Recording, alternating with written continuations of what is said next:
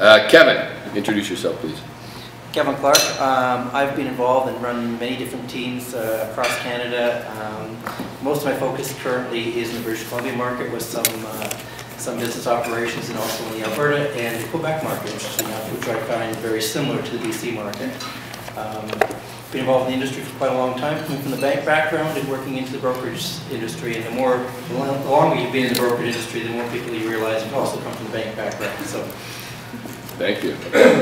So Kevin, I'm going to switch gears a little bit here, speaking specifically to the owners in the room.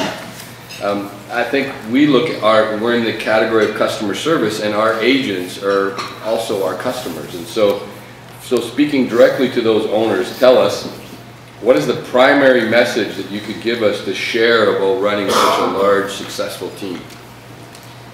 Teams are a lot like families.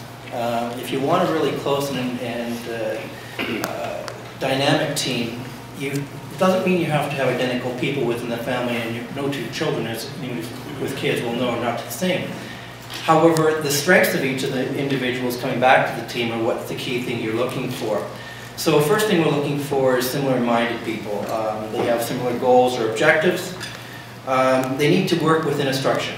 They need to acknowledge and want a structure and be part of and believe in the same value systems of that team. They need to respect the opinions of others so that everybody has an opinion within the group. Everybody can share with the group. You may like or dislike, or agree or dislike or disagree with the opinions of the individuals. However, everybody has their own way of doing business, as you see in this room, as we've probably seen in the last couple of days. There's a lot of value to that. We have clear guidelines in place, so they are clearly understand what we're looking for from them and what they can contribute back to the group. Policies in place to how we deal with deals in particular. If somebody happens to come across the same client, the client is playing one broker against the next.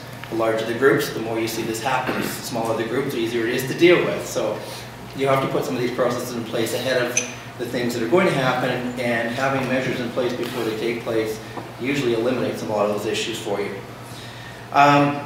One of probably the biggest things, and you'll see this in family environments, is sharing of information. And the larger the group, the more difficult sometimes this becomes. But if we all back up in time and we had families, we sat around the dinner table or the kitchen table or the breakfast table, and things come out. Things come out that you don't have over a conversation, a telephone, or a brief email, or today a text message back and forth from your children. But you end up getting discussions which are far greater and more depth than you'd ever planned. So there's a number of ways that we do and have communication. One is one-on-one. I or my team will have with the individual brokers. Two is teleconferencing, which is always extremely difficult to get participation, and you actually have to name the people within the conference to bring them in, even though you know they have value to add. They sometimes are very reluctant to add their piece. They don't feel it's important. Some of the advantages now on webinars, so you can share information both visually and audially. And lastly, and most importantly still, is don't forget about the group meetings and the face-to-face, bringing the groups together on a regular basis to share that information, and encourage the members that are quiet in the background to share, because often they're the ones that have a lot to add and bring value to the team. Okay, good.